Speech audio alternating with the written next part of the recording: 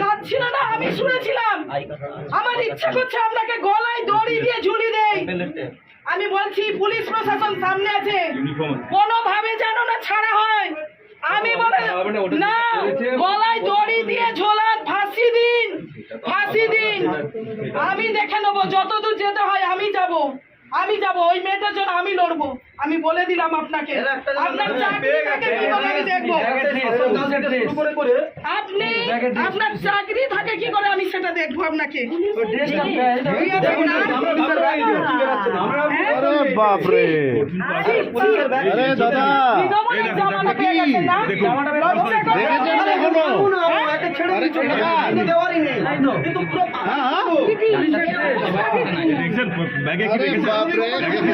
এরকম পুলিশের কন্ডিশন এরকম হয়ে আছে।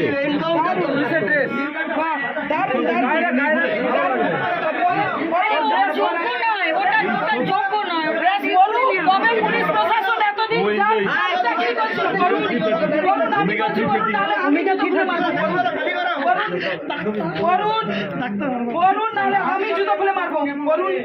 বিশ্বজিৎ কলঙ্ক, আপনার মা বাবার সন্তান, আপনি কলঙ্ক। মুখ দেখাচ্ছেন কি করে? আমি হলে গলায় দড়ি দিয়ে দিতাম। মুখ দেখাচ্ছেন কি করে? হ্যাঁ, ওই মেয়েটা কান্নাকাটি করছিল, আমি সেটা শুনেছিলাম।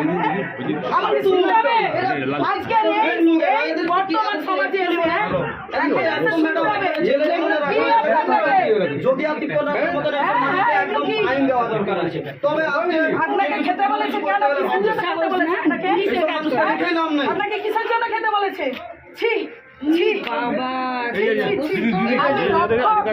আপনি রক্ষক, হ্যাঁ আপনি রক্ষক, গলায় ঝুলান ঝুলান ঝুলান, দেখুন সবাই দেখুন।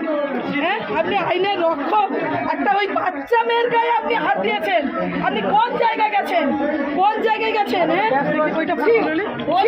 লজ্জা করছেন না? বিষ্ণে মরে যান আপনি। ছি ছি ছি ছি ছি